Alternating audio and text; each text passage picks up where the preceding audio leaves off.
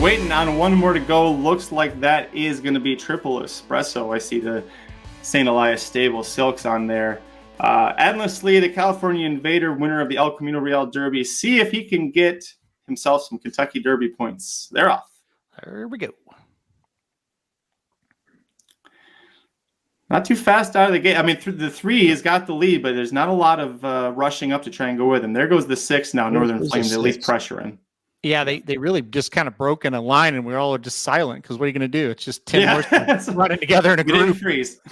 they have kind of factioned off here, 2x4 by 2 by 1 by 1. So look at Noted up there in third. Wow, it feels like they're loping along, but it does. Yeah, 23.3. They're not. Yeah. Wow. Yeah, they look slow. Wow. Okay. I didn't think 10 was ever going to get going. Craig Milkowski might need to retime this one. Yeah, that seems a little. I mean, it really seems like they're loping, but again, if the timer's right, they're running a decent clip. If the timer's right, the 10's got a really great chance to win here. They slowed way down on the backside, 25-1 for the second quarter mile. He's not running good. No, 10 looks like crap. No, now he's being gassed. I think Noted's in a great spot, although he's starting to kind of back up a bit. Oh, he is. Ooh, never mind. Yeah. Or is he firing again? This is a weird race. Sees the Gray's making a nice move. Yeah, here comes the 10 with him. Now, I remember the El Camino Real Derby, Reese Spooley had to ride him for the entire turn. Look out for the 10. Did he just IRAD that guy, sees the Gray out of the way? I don't know, but he seems to be moving. Whoa, Noted colliding. The 7 Woodcourt smashed right into him, and Jose looks like this he is over, boys. The 10 is gone, and this is a big time performance. Yes, it is. He did not have a good trip and came through that opening. Wow. Let's see if I don't know if Seize the Gray was trying to send Lucas back to the Derby there. Second would have got him in. I think he got third. Oh, okay. Huge effort from Endlessly. Wow. He dominated that better than the El Camino Real Derby, and I'd say these were much better horses. I'm going to tell you, that was a big time effort. It was. Umbi just gave Nick Juarez the adapt there as they went by. Jockey of Seize the Gray. I wonder if he thinks he got second. Boy, it got real close. I started watching it to see if the old man was going to get in the Derby. Like I said, second's probably going to get you in the 10. Oh, it's so he close. Got he didn't get out. it. He got third. He got third. Yep.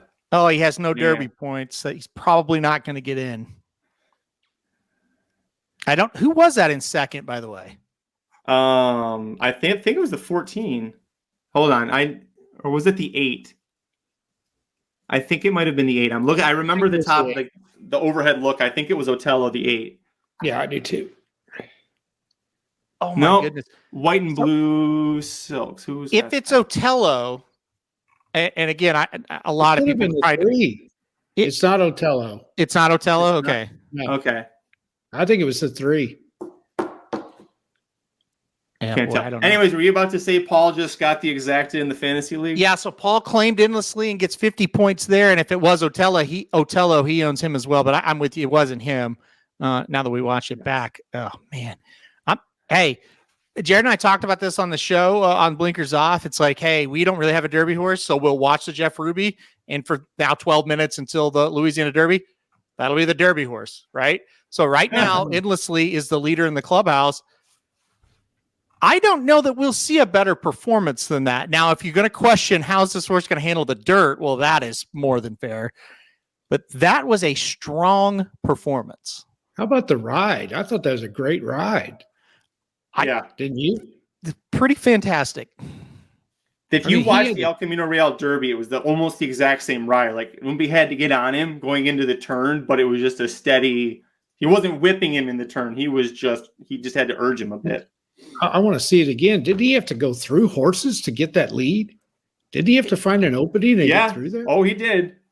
Yeah. And you called it, and I thought you were right, Papa. He didn't look terrible, but he wasn't running very well. And when they asked him to go, he went into high gear. I mean, I knew on the turn, I said, this race is over. He's just moving better than everybody else. So he looked fantastic. I might have been your West Saratoga is what the chat is saying. West Saratoga got second. Well, with huge exacta. To answer the question, if it is West Saratoga, he's in. The top two are going to be in unless something really weird happens. So, now let me ask you a question. And go ahead. Go ahead. No, Magic, go ahead. I was just going to say I'm really happy for the connections because Michael McCarthy is a really outstanding trainer, but also as a guy as well, super nice guy. And then Umbi Riespel, he's well loved in California, very funny, outgoing guy. But the Ammermans, this is Oscar Performance's not only his son, but the owners and breeders for our Oscar. So that's pretty awesome, man. Yeah, no, and you're right. McCarthy and Rispoli, those are great connections. I really like Rispoli as well.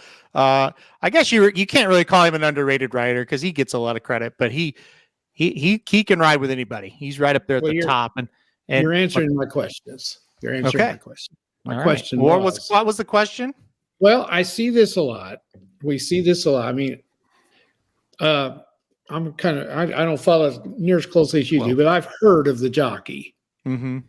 My question was, will they keep him on this horse? Oh yeah, 100%. They like him good enough that they. 1,000%. Yes. Sometimes you see him bump them if they can get an IRAD or somebody like that. No, it's a legitimate question, but in this case, there's no chance that he's on him, no doubt. Okay. Yeah.